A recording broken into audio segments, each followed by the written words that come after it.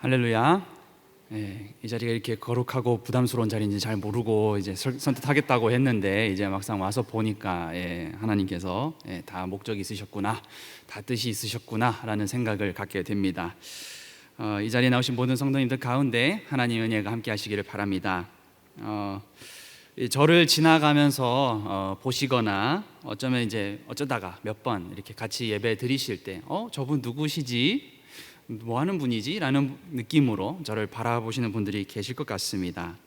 그래서 이번 시간은 사실은 제가 이 자리에서 하지 못했던 저의 개인적인 이야기도 좀 나누고, 그리고 제가 걸어온 신앙의 길, 그리고 함께 나누고 싶은 말씀을 나누고자 합니다. 여러분은 하나님을 어떤 분이라고 고백을 하십니까? 몇 분의 이야기를 한번 들어보고 싶은데 한번 이제 서로 말씀을 한번 생각해 보세요. 여러분은 하나님이 어떤 분이라고 생각하십니까? 하나님은 어떤 분이신가요? 여러분에게? 사랑이시다. 또 어떤 게 있을까요? 하나님은 어떤 분이십니까? 창조주이십니다. 이게 생각보다 입으로 고백하는 것이 꽤 어렵다라는 것을 제가 발견하게 됐어요. 그래서 저도 사실은 하나님을 한번 설명해 봐라, 아니면은 하나님은 어떤 분이냐 이렇게 생각하느냐라고 저한테 질문을 던진다면 저도 선뜻 하나님은 이런 분이십니다 라고 말을 하기가 조금 어려운 것 같은 거죠. 그래서 제가 특별히 오늘 말씀 가운데서 이 영적인 예배가 무엇인가 하는 질문을 같이 나누어 보고자 합니다. 저는 사실 여러분이 아시는 분은 아시겠지만 저는 경상도에서 왔습니다. 그래서 사실은 제가 사투리를 쓰려면 얼마든지 쓸 수 있지만 제가 지금까지 안 하고 있는 거거든요. 굉장히 잘하고 있죠. 저는 사실은 사투리를 되게 잘 씁니다. 저는 경주 시골에서 자랐고요. 안강이라고 하는 평안할 안자에 편안할 강자에 제 보시는 대로 정말 느긋하다 못해 지루한 그런 동네에서 자랐습니다. 저는 모태신앙으로 자랐고 저희 어머니와 아버지 다 평신도이셨는데 저희 어머니는 저를 태중에 품으실 때부터 서원 기도를 하셨어요. 목회자로 키우겠습니다. 근데 이게 참 아버지랑 이제 합의를 안 하셨던 것 같아. 그래서 이제 아버지랑 엄청 많이 싸우셨어요. 그래서 저희 부모님이 목사님 가정도 아닌데 이렇게 제가 평범하게 살았으면 얼마나 좋았을까 싶은데 제가 어릴 때부터 엄청나게 엄격하게 신앙교육을 받아왔습니다. 특별히 제가 이제 유치원을 또 성당 유치원을 다녔어요. 성당 유치원은요 채플 시간이 있습니다. 그래서 11시가 되면 그 지역에 있는 성당에 가서 이제 수녀님들이 이제 강론을 하시는 거죠. 저는 가장 인상 깊었던 게 뭐였냐면 어리잖아요. 아무것도 모르잖아요. 그런데 저 예배당에 성당 안에 있는 그 십자가랑 거기 조각이 있는 거예요. 예수님의 얼굴 이렇게 보고 있으면 되게 또 너무 리얼리즘으로 해놨어. 그래서 너무 잔인하게 보여요. 근데 저는 그게 지금까지도 기억이 납니다. 지금까지도 예수님이 나를 위해 죽으셨다고 라는 생각이 어릴 때부터 계속 났던 것 같아요. 그리고 이제 제가 아까도 얘기했지만 저희 어머니 아버지는 저를 목회자로 키우려고 했기 때문에 엘리트 코스를 밟았습니다. 초등학교 6학년 때부터 성지순례도 갔다 왔어요. 이집트, 이스라엘, 팔레스타인, 그리고 잠깐 두바이 잠깐 갔다 왔는데 그때부터 저는 이제 성지순례를 가면서 여기가 예수님이 태어난 곳이래 라는 이게 베들레헴을 딱 보게 되고, 또 예수님이 여기서 돌아가셨대 라고 하는 그 모든 성지를 제가 다 가봤거든요. 어린 마음에 되게 여러 생각이 드는 겁니다. 또 거기서 나아가서 여기에 사는 사람들은 어떤 마음으로 살아가는 걸까, 그런 생각을 또 제가 했습니다. 그래서 제가 이런저런 생각을 하고 있는 와중에 제 달란트를 확인해 보니까 저는 미술을 좋아하더라고요. 사실은 저는 꿈이 화가였어요. 어떻게 보면 이제 일러스트레이터라고도 할 수 있는 그런 꿈을 가졌었는데 당연히 어머니 아버지랑 부딪혔습니다. 그래서 제가 꿈을 어떻게 꿨느냐, 일반 대학을 가서 또는 예술대를 가서 전공을 하고 그 다음에 선교사가 돼야지. 저는 어릴 때 그런 마음으로 교회를 다녔어요. 그러다가 이제 점차 제가 공부에 흥미를 점점 잃기 시작했습니다. 아까 얘기했던 대로 어머니 아버지는 목사가 돼야지, 아버지는 무슨 소리야 교수가 돼야지, 이런 식으로 이제 서로 조율이 안 되신 거예요, 계속해서. 그러니까 저는 계속 공부가 재미가 없고, 저는 미술에 관심을 더 가지게 되고, 그러다가 제가 관심 분야를 딱 찾은 것이 미학이라는 분야였습니다. 제가 찾아보니까 전국에 서울대랑 홍대 두 군데만 있는 거예요. 제가 수준이 그 정도까지는 안 됐어요. 그래서 지원은 했습니다. 그런데 잘 안 됐죠, 당연히. 그러다가 이제 제가 또 그럼 이렇게 된 거 신학부터 해야 되겠다.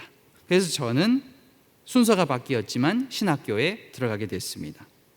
제가 꿈이 점점 변화하게 되어갑니다. 막연히 꿈꿨던 선교라는 것이 현실에서 얼마나 어려운 것인가, 그런 것도 깨닫게 되었고, 또 전도사라는 것을 처음으로 이제 시작하게 되면서 현장 교회에서는 정말 다른 이야기로 들리겠구나, 이런 고민을 제가 하게 됐습니다. 그러면서 저는 신앙이라는 것, 그리고 다른 사람과의 대화라는 것이 너무너무 중요한 거구나, 이것을 제가 깨닫게 됐습니다.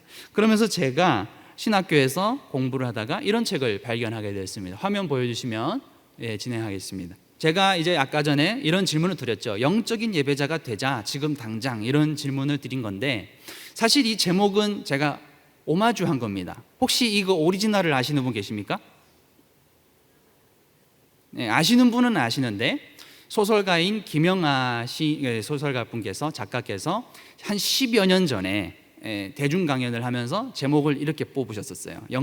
예술가가 되자 지금 당장, 이런 제목이었는데, 저한테 굉장히 큰 영감을 주셨던 분이라서 제가 그대로 캐치프레이즈처럼 따와봤습니다. 우리도 영적인 예배자가 돼야 되겠다. 그런데 우리가 아까 전에 질문하면서 나눴잖아요. 영적인 예배자가 도대체 뭐지? 하나님은 어떤 분이시지? 이런 생각을 제가 갖게 됐는데, 제가 그러다가 다음에 이런 책을 발견하게 됐습니다. 제목이 뭔가요? 따뜻하고 촉촉하고 짭조름한 하나님. 여러분은 이런 하나님을 본 적이 있습니까? 느낀 적이 있습니까?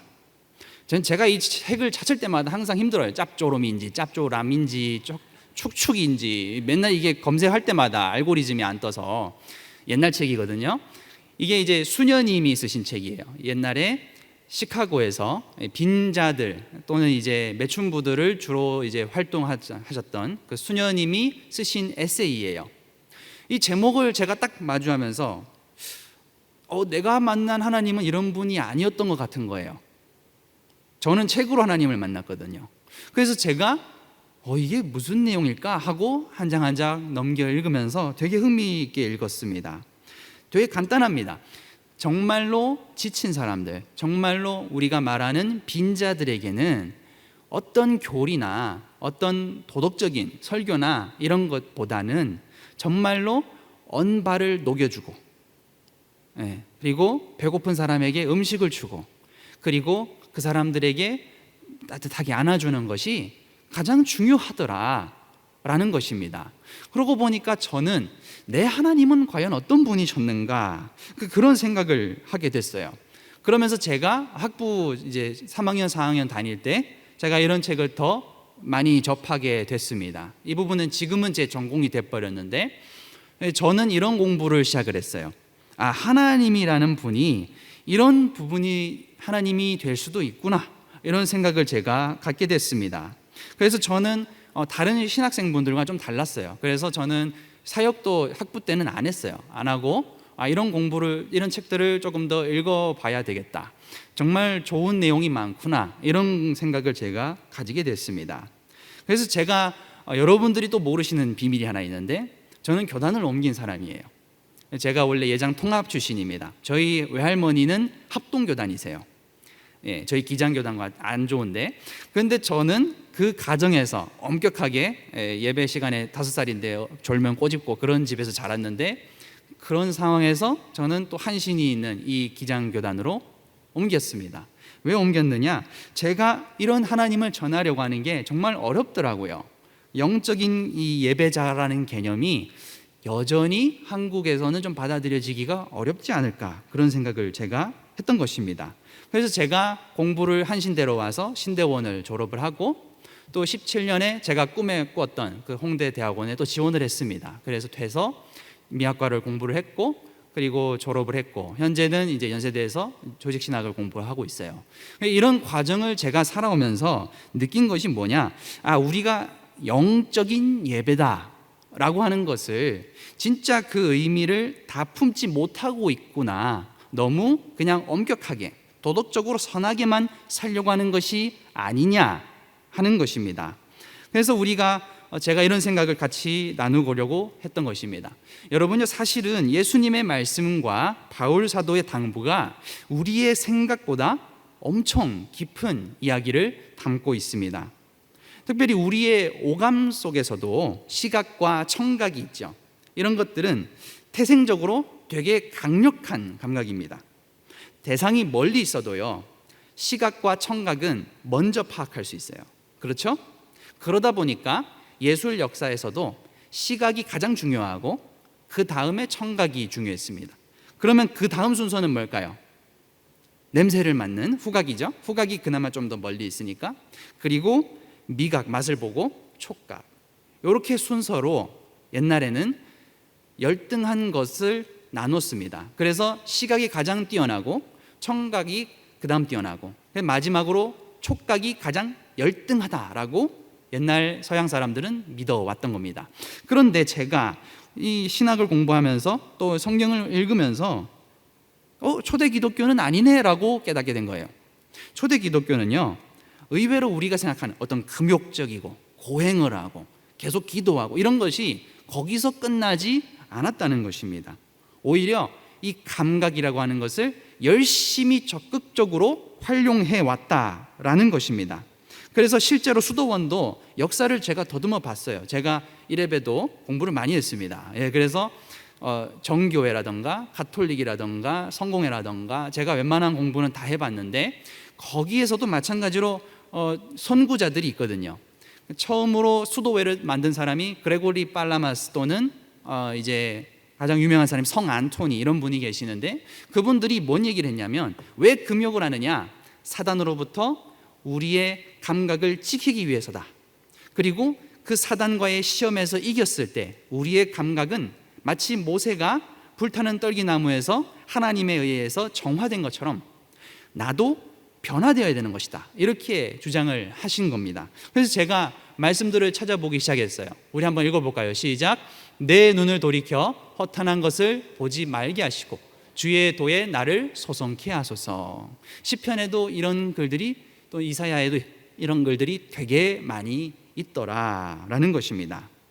그래서 육체는 더럽고 이 생각만이 경건한 거야 라고 하는 것이 기독교 전통이 아니더라. 오히려 그것은 영지주의자들 또는 그리스 철학에서 온 거더라라는 것을 제가 발견을 하게 되었습니다. 그래서 저는 이런 것이 우리에게 정말 필요하구나. 그래서 제가 나중에 찾아보니까 이것을 초대 기독교에서 정리를 해놨어요. 그것을 뭐라고 하느냐? 영적인 감각이라고 해서 영적 감각론, spiritual sense라고도 부릅니다. 이것이 여러분 우리가 이 세상을 살아갈 때 가장 중요한 것이 아닐까라고 저는 결론을 내리게 됐습니다. 포스트 모던 시대죠. 그리고 이제는 멀티미디어 시대입니다. 여러분 매스미디어 들어보셨죠? 매스미디어의 특징이 뭔지 아세요? 일방적으로 전달하는 겁니다. 여기까지가 해당하는 게 뭘까요? 뉴스, 드라마, 방송 이런 것이죠. 그런데 지금은 멀티미디어 시대예요. 그래서 옛날처럼 일방적으로 매스로 하는 게 아니라 멀티예요. 여러분이 마음만 먹으면 유튜브 하실 수 있고 여러분이 마음만 먹으면 틱톡을 할 수 있죠. 여러분들 자녀들이 다 그러고 있잖아요. 그죠? 관심 다 가지고 있고 영상 편집 배우고 있을 겁니다. 이런 시대에서 우리가 신앙을 자꾸 기독교적으로 오해하기 시작하면 도덕적으로만 자꾸 생각하게 되면 오히려 이 감각이 만연한 이 시대에 오히려 타락하게 될 수도 있다. 이런 생각을 제가 위험성을 갖게 됐습니다. 그래서 제가 화면에 띄워드린 걸 읽지는 않겠습니다. 이런 이야기들이 성경에서 곳곳에 많이 등장하고 있더라라는 것을 제가 보여드리고 싶었습니다. 그래서 저는 마음이 그러면 감각의 지평이라고 한다면 성경이 이 죄를 지었던 이스라엘을 향해서 음란하다, 음행을 저지른다라고 표현하였던 게 무엇일까? 자세히 보았을 때 그것은 정말로 네가 하나님을 떠났다라고 하는 표현이었구나. 그것을 제가 깨닫게 됐습니다. 그래서 감각을 버려야 된다는 게 아니라 세상을 죄악스럽게 만드는 우리의 육신의 방향을 바꿔라, 이게 회개하라 라는 뜻이구나 라는 것을 제가 깨닫게 됐어요. 제가 화면에 띄워드리는 것은 기독교 역사에서 두 가지의 이 상반된 의견이 있었습니다.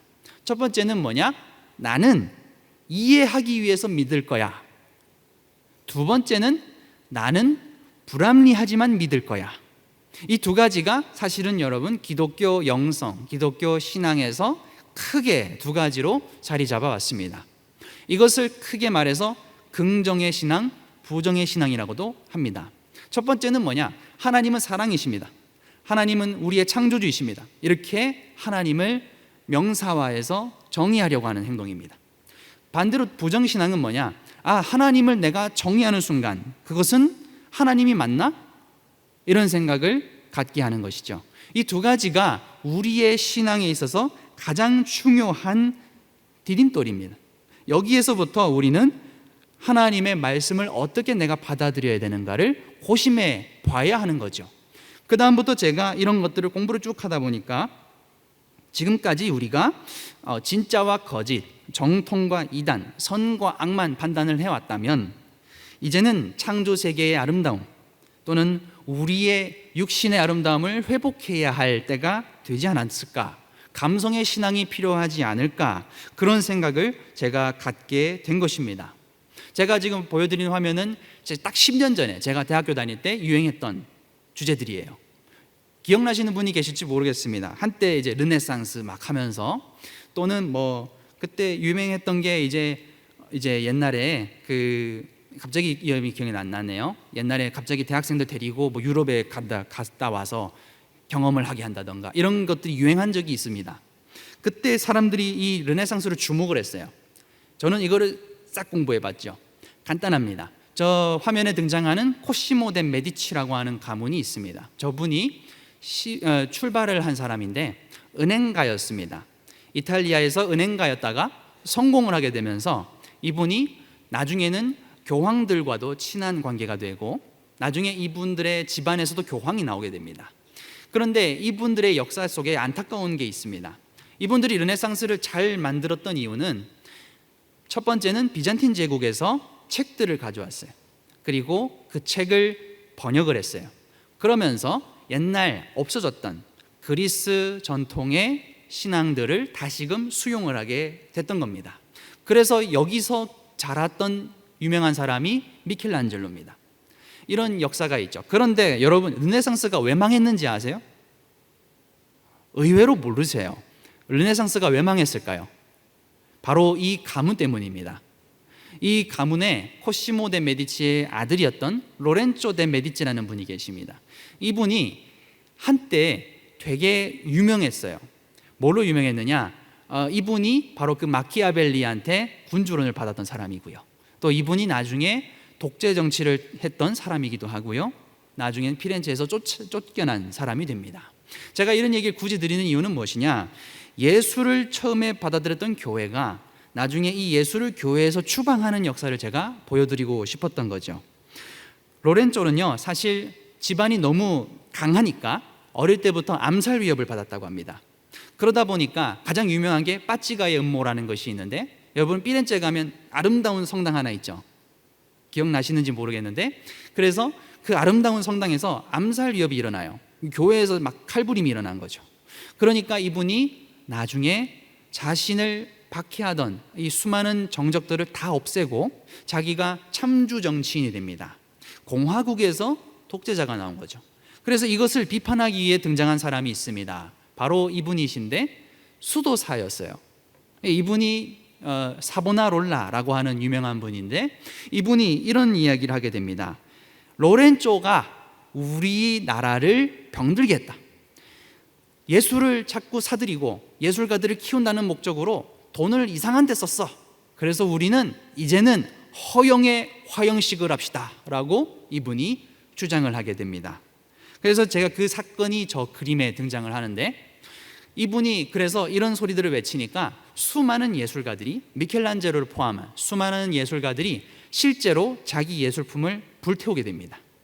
그런 역사가 옛날에 있었어요. 그런데 이분이 또 아이러니하게도 계속 이 로렌조의 빈자리를 채워가다 보니까 독재자가 된 겁니다. 이분도 마찬가지로. 그러니까 나중에는 교황청에서 파문까지 하게 되고, 나중에는 이분이 이단 혐의로 화형을 직접 당하게 됩니다. 근데 저는 이런 사실들을 바라보게 되면서 이것이 우리가 좀 조심해야 되는 부분들이 아닐까, 우리의 허영에 화형을 해야 된다라고 하면서 정작 그것들을 우리가 제대로 정리하지 않은 상태에서 경건운동을 했을 때에 역적으로, 그러니까 잘못된 방향으로, 역방향으로 가는 것이 아닐까라는 것을 제가 함께 나누고 싶었습니다. 그러면서 제가 또 공부를 하게 되다 보니까 이런 것들을 보게 되는 거죠. 그 당시에 이 수많은 가톨릭 교회가 우리가 잘 아는 대로 부패를 했죠. 그리고 성전을 새로 짓고 예술가들을 사용해서 엄청 휘황찬란하게 성당을 꾸몄습니다. 거기에서 반발해서 나온 게 종교개혁입니다. 그러다 보니까 우리 종교개혁자들은 바로 이런 서민들의 피폐한 삶에 주목을 했다 보니까 예술적인 것들을 다 제거하는 운동을 했습니다. 그래서 여러분도 아시지만 많이 보수적인 장로교에서는 십자가도 없거든요. 아무것도 없습니다. 회백색으로 돼 있고 모든 것을 시멘트 칠로 다 메워버리곤 했습니다. 그런데 정말 그것이 기독교 신앙인가? 예술적으로 너무 휘황찬란한 것, 또는 그것에 대한 역으로서 더 강하게 모든 것을 없애버리는 것, 이것이 과연 우리의 신앙인 것일까? 저는 그것이 오늘 말씀에 등장하는 부분이 아닌가라는 것입니다. 우리 12장의 1절과 2절 함께 읽어보겠습니다. 12장 1절과 2절 말씀 시작. 그러므로 형제들아, 내가 하나님의 모든 자비하심으로 너희를 권하노니 너희 몸을 하나님이 기뻐하시는 거룩한 산 제사로 드리라. 이는 너희의 드릴 영적인 예배니라. 너희는 이 세대를 본받지 말고 오직 마음을 새롭게 함으로 변화를 받아서 하나님의 선하시고 기뻐하시고 온전하신 뜻이 무엇인지를 분별하도록 하라. 이런 말씀이 있습니다. 그래서 제가 지난번에 아까 전에 말씀드린 것처럼 몸을 하나님이 기뻐하시는 제사로 드려라. 이 말씀이 너무너무 귀한 말씀이에요. 우리는 이 말씀을 문자적으로 많이 해석합니다. 마치 아브라함이 이삭을 바치려고 한 것처럼, 또는 예수님이 자기 십자가를 지신 것처럼 내 몸을 바치라는 뜻이구나 라고만 해석을 합니다. 그런데 이 말씀을 자세히 보게 되면 영적인 예배라는 것이 무엇인지를 뒤에 밑에서 설명을 하고 있습니다. 그 밑에가 2절인데 2절에 되어 있는 게 뭐냐면 너희는 이 세대를 본받지 말고 오직 마음을 새롭게 함으로 변화를 받아서 하나님의 선하시고 기뻐하시고 온전하신 뜻이 무엇인지 분별하도록 하라 라고 되어 있는 거죠. 핵심은 뭡니까? 첫 번째는 본받으면 안 됩니다. 두 번째는 무엇입니까? 마음을 변화해야 됩니다. 세 번째는 무엇입니까? 세 번째는 하나님의 뜻을 분별할 수 있어야 됩니다. 이 세 가지가 되려면 그러면 우리는 어떻게 살아야 될까요? 정말 그 수도원에 있는 사람들처럼 이 세상을 떠나야 됩니까? 그거는 바울이 원하는 바가 아니었습니다. 바울이 원하는 것은 현장이었어요. 이 현장에서 우리가 치열하게 살아가면서 너의 영을 분별하라, 지혜를 가져라 라고 우리에게 말씀을 하는 것입니다. 그래서 제가 예전에 책들을 찾아보니까 이런 글이 또 있죠. 제가 화면에 띄웠는데 눈으로만 보십시오. 그래서 옛날에 초대 기독교인들은 육신의 눈과 영혼의 눈이 다르다고 생각하지 않았습니다. 육신과 영혼이 같은 겁니다. 그게 히브리적 세계관에서 영과 육은 구분되는 게 아니고요, 영과 육은 하나입니다. 그것이 하나님께서 만드신 목적입니다. 이 세상을 변화시키는 것, 이 세상을 거룩한 나라로 바꾸는 것이 하나님의 비전이십니다. 그러기 위해서 우리는 나의 영혼을 날마다 발전시켜야 된다. 어떻게? 나의 믿음을 통해서 변화시켜야 한다라는 것입니다. 그래서 제가 초대 기독교 예술도 제가 찾아봤더니 여러분이 유명한 게 있죠. 단편적으로 왼쪽에 보이는 게 뭐죠? 물고기죠. 익투스라고 아주 유명합니다. 그래서 픽토그램이라고도 부르죠. 예수 크리스토스 데우스 휘오스 소테르라는 말인데, 예수 그리스도 하나님의 아들, 이런 뜻이죠. 옛날에는 박해를 받았기 때문에 어디서 내가 그리스도인입니다라고 말할 수 없었습니다. 그래서 옛날엔 어떻게 했냐면, 대화를 하다가 이 사람이 기독교인인 것 같은 거죠. 그러면은 발로 물고기 모양을 그려봅니다. 마찬가지로 상대방도 물고기 모양을 그리면 크리스천이라고 인정하는 거죠. 아, 형제님이셨군요. 이렇게 되는 겁니다. 옛날에는 그만큼 믿음을 지키는 것이 어려웠다. 두 번째 제가 화면에 보여드리는 것도 카타콤에 있는 벽화예요. 무덤에 있는 벽화인데, 저 당시에도 기도할 때는 손을 하늘로 펼쳐서 기도를 했더라고요. 참 저게 참 오래된 전통이었구나, 손을 들고 찬양하는 것. 그리고 또 제가 다른 벽화들을 찾아봤더니 그 시대에도 순교자들의 그런 순교를 기리고 또 무덤을 찾아가서 예배를 드리고, 여러분 이게 되게 독특한 겁니다. 그리스 사람들, 로마 사람들은 시신을 되게 저열한 것으로 생각했어요. 저거는 만지면 안 된다고 생각했습니다. 병균이 옮을 수도 있지만 또 그것이 저주받았다고 생각을 했어요. 그런데 기독교인들은 달랐습니다. 순교자들의 시신을 만집니다. 그리고 입을 맞추고 기도하고 예배합니다. 얼핏 보면 우상숭배 같지만 그분들은 이들이 믿음을 지키다가 돌아가신 것을 기리기 위해서 그런 행동을 하셨던 겁니다. 그래서 제가 또 흥미롭게 제가 공부를 하다 보니까 이런 분을 또 제가 만나게 됐어요.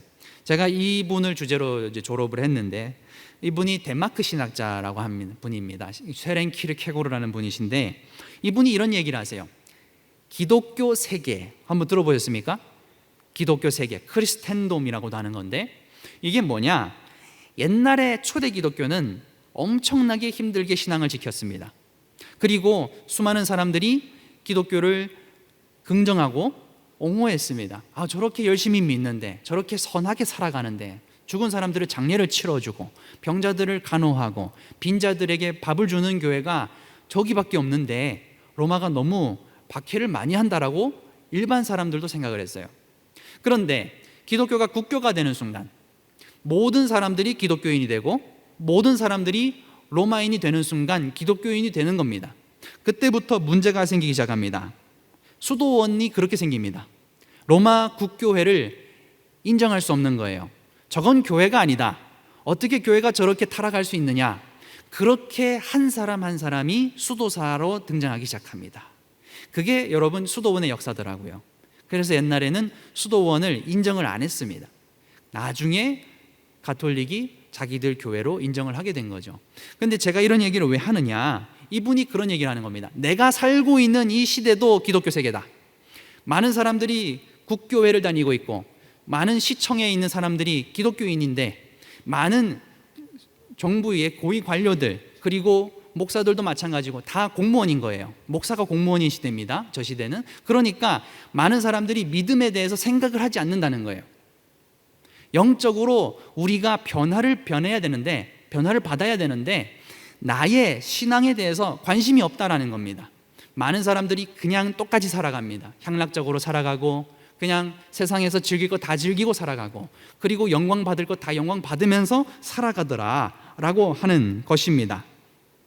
그래서 제가 화면에 띄워드린 대로 이 허다한 인간들이, 이 수많은 사람들이 자기를 기독교인이라고 자부하는 게 말이 되느냐라고 이분은 이런 허탈감을 이분의 책에서 제가 찾을 수 있었습니다. 그래서 제가 그런 생각이 들었어요. 아, 오늘날은 어떤가? 우리가 교회를 다니고, 저도 모태신앙이지만 정말 우리가 신앙을 전수를 잘하고 있느냐라는 것입니다. 그리고 우리의 모습 속에서 과연 영적인 예배자로서의 모습을 갖추고 있는가? 저는 그런 비판 의식을 제 스스로 먼저 가지게 됐습니다.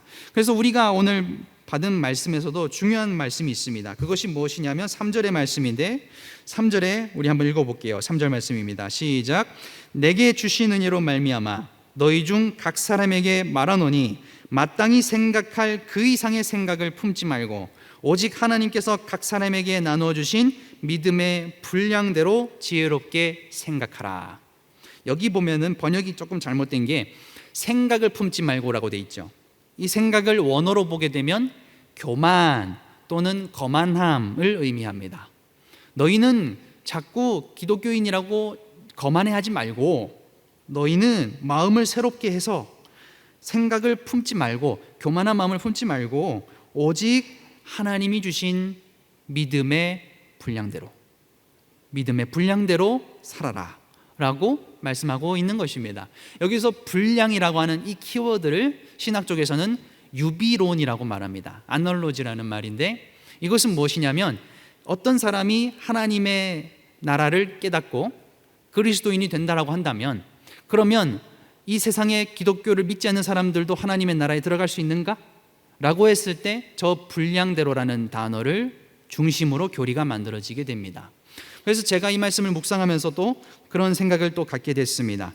정말 우리가 이 종교개혁을 통해서 모든 것들을 추방했습니다. 그리고 가톨릭은 어떻게 됩니까? 더 화려하게 갑니다. 이렇게 상반되는 것이 우리의 세계이고 오히려 그 역사가 지금까지 이어지게 되면서 교회가 너무 메말랐어요. 너무 건조하게 되는 것 같습니다. 예배라고 하는 것이 그냥 설교로 끝나잖아요. 사실은 그러면 안 되거든요. 그리고 우리가 좀 더 화면을 좀 보여드릴게요. 당시에 제가 극명하게 드러나는 사례를 제가 가져와 봤습니다.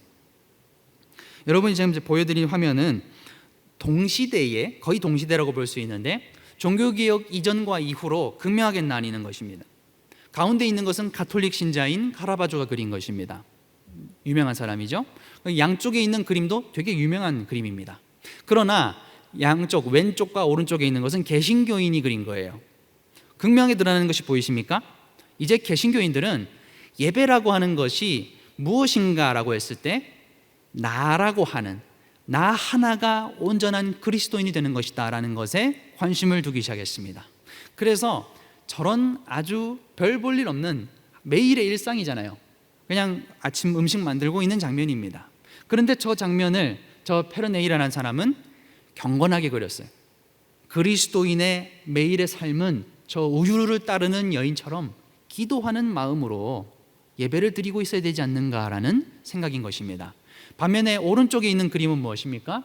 이 세상을 바라보면서 이 안개 바다 위에 서 있는 이 개척자의 마음을 드러나는 것도 있지만 정말로 내가 이 세상 속에서 하나님을 어떻게 느껴야 될까? 더 이상 하나님이 보이지 않는다고 한다면 나는 어떻게 믿음을 지켜야 되는 것일까라고 하는 그 고뇌가 들어가 있는 것입니다. 과거 예술은 신학과 하나였습니다. 그러나 그것은 과거일 뿐이죠. 저는 지금까지 여러분들 앞에서 많은 성화를 함께 보여드리면서 설교를 했을 겁니다. 그러나 오늘 우리의 삶은 어떻습니까? 성화만 보다 보면 이게 해석이 안 되는 부분들이 있거든요. 과연 나는 어떻게 살라는 거지? 라는 질문이 들게 되는 것입니다. 그래서 우리는 이러한 세상 속에서 과연 나의 영은 어떠한 방향으로 가고 있는가를 돌아볼 필요가 있는 것입니다. 이제 제가 결론으로 가려고 합니다. 많이 참으셨죠? 예. 그래서 제가 그런 고민을 하게 됐어요. 요한복음 20장 17절을 보게 되면 예수님이 부활을 하십니다. 그래서 마리아가 예수님을 너무 반가운 나머지, 너무 기쁜 나머지 예수님을 만지려고 합니다. 그래서 예수님이 뭐라고 하죠? 나를 만지지 말라. 왜요? 아직 내가 때가 이르지 않았다. 이렇게 말씀을 하시거든요. 아까 전에 제가 맨 처음에 얘기 드렸죠. 서양 미술사에서는 시각이 가장 우선이고 그 다음이 청각이고 마지막에는 촉각이 있다. 기독교의 영성은 반대입니다. 시각이 가장 하등하고 청각이 그 다음이고 가장 최고의 믿음은 만지는 거라는 거예요. 여러분은 여러분의 자녀를 만지십니까? 여러분은 여러분의 배우자를 만지십니까? 여러분은 그리스도를 만지고자 하십니까? 생각보다 이런 고백이 우리 안에 없어요. 여러분은 매일 한순간이라도 자녀를 포옹하십니까? 여러분은 매 순간이라도 자녀를 위해서 한마디 말이라도 하십니까? 이게 사실은 되게 기독교 신앙에서 중요하다라는 것입니다. 마리아는 모든 감각으로 예수님을 경험했어요. 그러나 아직 부활하신 예수님을 만질 수는 없었습니다. 만진다는 것이 영적으로 그리스도인이 도달해야 할 최종 목표이기 때문입니다. 하나님을 만나서 그분의 얼굴을 보고 그분과 함께 더불어 먹고 마시는 것이 기독교인의 목표라는 것입니다. 도마는 부활하신 예수님의 몸을 만지는 것을 유일하게 허락받았습니다. 그러나 만지기 전에 그는 고백을 합니다. 나의 하나님, 나의 주님이라고 고백을 한 것이죠. 이렇게 우리는 역전이 일어나는 것이 기독교 영성의 출발이라고 저는 말씀드리고 싶었습니다. 그리고 화면에도 제가 띄워드린 것처럼 초대교회 사람들은 항상 저런 이야기들을 해왔습니다.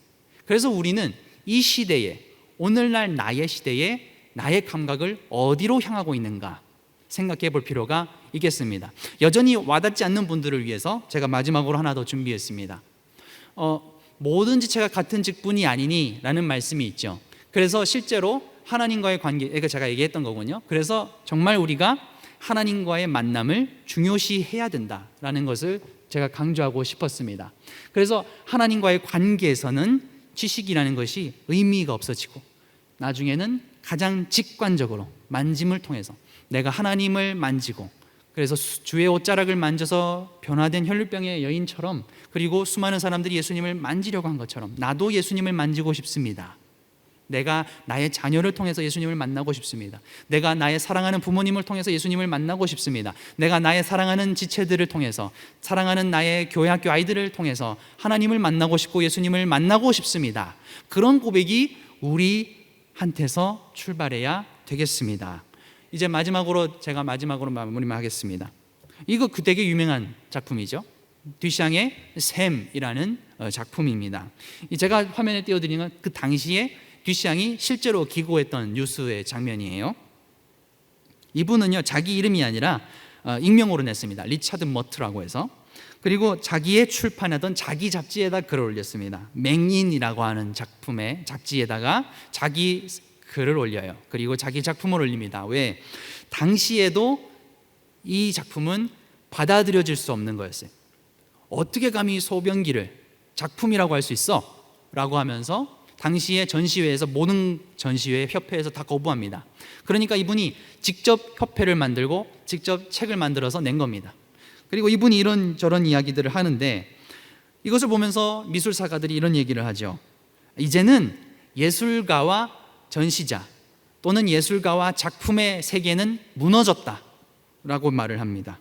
이렇게 새로운 것은 옛날에는 뭔가 창작을 해야 되고 붓질을 해야 되고 아니면 뭔가 조각을 해야 되고 이런 것만 예술이라고 믿어왔는데, 듀샹을 시작으로 해서 원래 있는 것에 새로운 의미를 부여하는 것도 예술이 될 수 있다라는 것이 출발하게 되는 것입니다. 좋습니다, 목사님. 그런 얘기를 왜 저희한테 지금 하시나요? 여러분, 이걸 우리가 레디메이드 예술이라고 하는데 이미 만들어져 있다라는 뜻이죠. 기독교도 마찬가지입니다. 무슨 말입니까? 기독교는요, 그리스도와 일반 사람의 모습 사이에서 차이가 없다라는 것을 깨달아야 돼요. 예수님은 고운 모양도 없고 풍채도 아름답지 않으셨다라고 성경에 기록되어 있죠. 예수님을 우리가 예술로 통해서 많이 접하려고 하고 예수님은 저런 분이겠지라고 상상을 합니다. 그런데 정작 예수님은 그 수많은 유대 일반 남성과 차이가 없으신 분이었다는 겁니다. 그리고 사람들은 누구도 예수님이 하나님의 아들임을 알 수 없었습니다. 거기서 오직 하나님의 아들이신 예수님을 기억한 사람은 사도 베드로 정도밖에 없는 거예요. 그리스도를 새롭게 인지하는 것이 어렵습니다. 마찬가지입니다. 우리가 그리스도를 믿고 그리스도인이 됐습니다. 그러면 예전에 나는 소변기였다면 이제 나는 새로운 예술로 변화되는 거죠. 그런데 정말 나의 겉모습만 똑같고 속마음이 변화된 사람인가? 그것을 우리가 생각해 봐야 되겠다. 이럼에도 그가 하나님의 아들이라는 사실, 그분이 하나님의 아들임에도 불구하고 이 땅에 오셨을 때, 육신을 입고 오셨을 때 그분은 정말 초라한 분이었다는 사실, 우리가 그것을 묵상할 필요가 있겠습니다. 우리는 그리스도인 그러면 너무 높은 이상향을 만들어놔요. 거룩해야 되고 경건해야 되고 죄가 없어야 되고, 모든 목표가 저 높고 높은 하나님 나라를 향하기 위한 계단을 올라가는 듯한 그런 느낌을 받지 않습니까? 우리는 그리스도인 하면 너무 높은 위치를 가진 존재를 그리스도인이라고 상정을 해놓습니다. 그러나 예수님은 그런 분이 아니세요. 우리는 거기서부터 새로운 믿음으로 출발할 수 있어야겠습니다. 그래서 사도 바울은 믿음의 분량대로 너의 형편과 처지에 괜찮아. 그러나 그 자리에서 하나님을 분별하고 하나님을 믿고 너의 모든 감각을 활용해서 하나님을 만지려고 노력해보라 라고 우리에게 말씀하고 있는 것입니다. 옛날에 큐레이터라는 말 유행했죠. 큐레이터라는 말은요, 여러분 아십니까? 라틴어거든요. 큐라토르라는 말인데 무슨 뜻이냐면 치료자라는 뜻입니다. 이게 무슨 말이냐? 옛날에는요, 성직자가 큐레이터였습니다. 물론 작품을 수집하고 한다는 의미도 있지만 우리의 마음을 정화하고 예배를 통해서 많은 사람들을 하나님 나라로 이끌어간다는 점에서 큐레이터라고 본 것이죠. 마찬가지입니다. 여러분 각자가 큐레이터입니다. 이제는 큐레이터가요, 예술가로 취급을 받습니다. 예술가가 아무렇게 휘황찬란하게 그림을 자기 세계로 만들어도 큐레이터가 편집을 제대로 하느냐에 따라서 새로운 메시지가 나오거든요. 마찬가지입니다. 우리는 그리스도인입니다. 여러분의 세상은 어떻습니까? 여러분은 어떻게 세상을 편집하고 큐레이팅하고 계십니까? 우리는 우리의 삶을 새롭게 다듬어 보실 수 있어야 되겠습니다. 사랑하는 성도 여러분, 오늘 우리는 영적인 예배가 도대체 뭘까라는 것을 함께 묵상해 왔습니다. 우리의 신앙은 이제 단순히 외적인 행위, 도덕적인 잣대가 아니라 우리의 온 존재를 향해서 하나님께서 주시는 놀라운 기쁨으로 제사를 드리고 영적인 예배를 드리는 것으로 나아가야 되겠습니다. 영적인 예배는요, 다른 게 아닙니다. 예배를 잘 드리는 게 아니라 나의 감각과 나의 마음과 나의 삶의 모든 영역을 하나님께 경배하도록 하는 것입니다.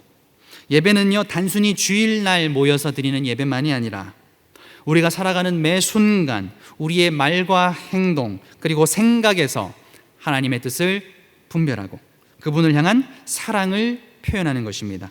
이렇게 우리는 우리의 몸과 마음과 영혼을 다해서 하나님께 신령과 진정으로 드리는 것이 예배다라고 사도 바울은 말씀하고 있는 것입니다. 사랑하는 성도 여러분, 우리의 예배는 결국 우리의 삶입니다. 그것은 어떤 커리어가 아니라요, 어떤 나의 자랑스러운 외적인 게 아니라요, 여러분의 사랑의 태도입니다. 그리고 하나님의 사랑을 체험하는 것이고 그것을 이루는 것입니다. 우리가 만나는 모든 사람들에게 그리스도의 향기를 전하고 그분의 손과 발이 되어서 사랑하기를 간절히 소망합니다. 저는 우리 어머니 기도에 나오신 모든 성도님들이 각자에게 주신 하나님의 선물이 있을 거라고 믿습니다. 그 믿음의 분량대로 하나님을 따라가십시오. 그리고 그대로 더 없는 산제사를 드리시기를 바랍니다. 오늘 우리가 이 자리에 모여서 예배하는 모든 순간에 우리 안에 역사하시는 성령님의 인도하심을 구하고 우리의 삶을 하나님께 드리는 거룩한 산제사가 되기를 또한 간절히 기도합니다. 하나님께서는 우리의 온몸을 통해서 영광 받기를 원하십니다. 함께 기도하면서 우리의 삶을 통해 드리는 영적 예배가 매일의 삶 속에서 깊어지기를 간절히 축복합니다. 함께 기도하겠습니다. 거룩하시고 온전하신 하나님 아버지, 오늘 우리가 사도 바울이 전했던 영적인 예배에 대해서 한번 함께 묵상해보고 같이 말씀을 나누었습니다. 이 세대를 본받지 아니하고 우리가 마음을 새롭게 해서 하나님의 뜻을 분별할 수 있는 지혜를 허락하여 주시옵소서. 주님, 우리 어머니들이 모였습니다. 우리 한신교회를 주님께서 세우시고 모든 사람들로 하여금 하나님을 찬양하게 하셨사오니 우리의 삶 속에서, 우리의 가정 속에서 하나님의 사랑을 맛보아 알게 하여 주시옵소서. 하나님의 거룩하심을 알게 하시고 우리 자녀와의 소통 가운데서 서로 사랑하고 만지는 가운데 그리스도의 만짐이 느껴질 수 있도록 도와주시옵소서. 우리의 믿음의 분량을 주님 축복하여 주셔서 우리가 부족한 육신 가운데서도 하나님을 알고자 노력할 때에 하나님의 그 음성 듣게 하시고 하나님의 손과 발을 함께 기도하며 나아갔던 그 수많은 성경의 인물들처럼 우리 또한 주님의 옷자락을 만지게 하시고 주님의 발에 향유를 부을 수 있게 하시고 주님의 발 앞에 무릎을 꿇을 수 있는 놀라운 역사를 허락하여 주시옵소서. 모든 것에 감사드리며 예수님의 이름으로 간절히 기도합니다. 아멘.